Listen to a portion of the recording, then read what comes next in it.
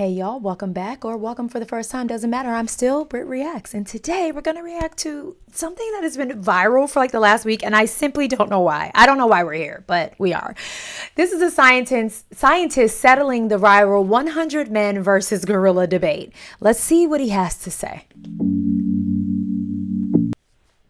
That no one knew we needed. You might have seen the simulations, the memes by now. One gorilla, 100 men.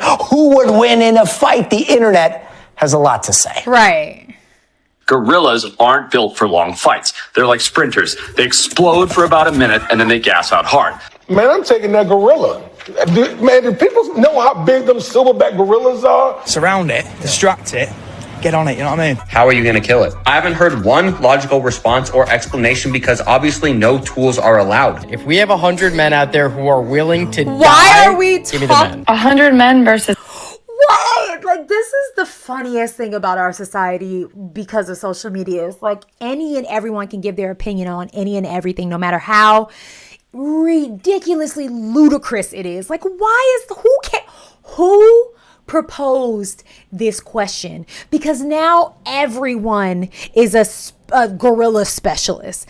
Now we all like who, and this happens on a weekly basis. The cycle just rotates a new subject. It just is like, why are we here? Why are we talking about this? Why are we talking about this? Will 100 men ever go up against a gorilla? Perhaps if it escapes the zoo, honey, or they go out into the jungle. I don't know, but like, it's so highly unlikely to ever happen that how do we get here? Who started it? Who was the creator on TikTok that at 3 a.m. while eating a brownie decided to get on TikTok and say, you know what? Y'all answer this question for, it's just so asinine. I can't. And there are people really breaking this down as like, we got real things to worry about in the world. We're worried about 100 men versus a gorilla. Y'all need to be worried about the 100 men that might be going to war soon. Hello? Like, what is happening? If we have 100 men out there who are willing to die, give me the men. 100 men versus a silverback gorilla. I want to see 100 men versus a critical thought. Okay. Yes, honey. Here's what's not a critical thought. Let's visualize this for a little bit. We're talking about a 400-pound animal that can grow up to 6 feet tall. According to the experts, the average silverback gorilla weighs somewhere between 5 to 10 times, or is actually 5 to 10 times stronger than us humans.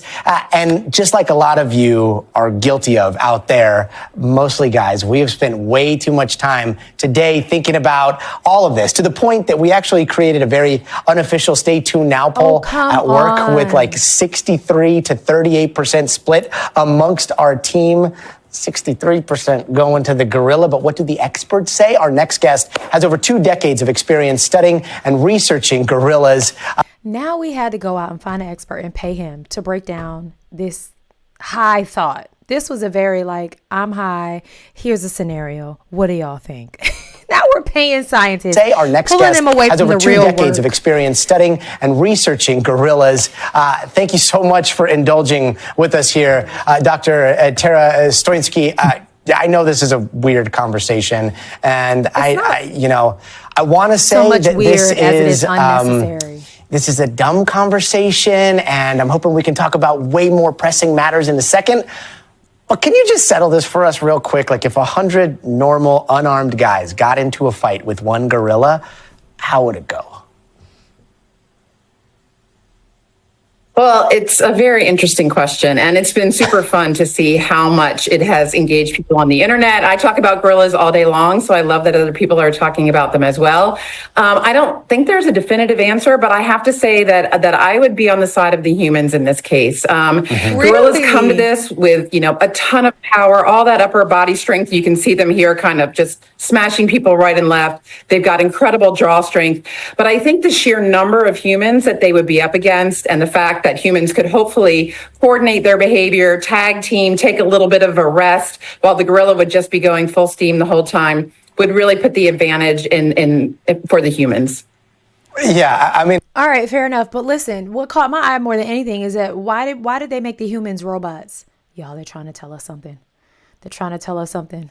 They're trying to tell us something. the message is there. Don't overlook the message. Don't let them distract you with the gorilla. Why are the humans Tesla robots? Be afraid. Be afraid. Not me turning into a conspiracy theorist. Would really put the advantage in Those are for the iRobots. humans.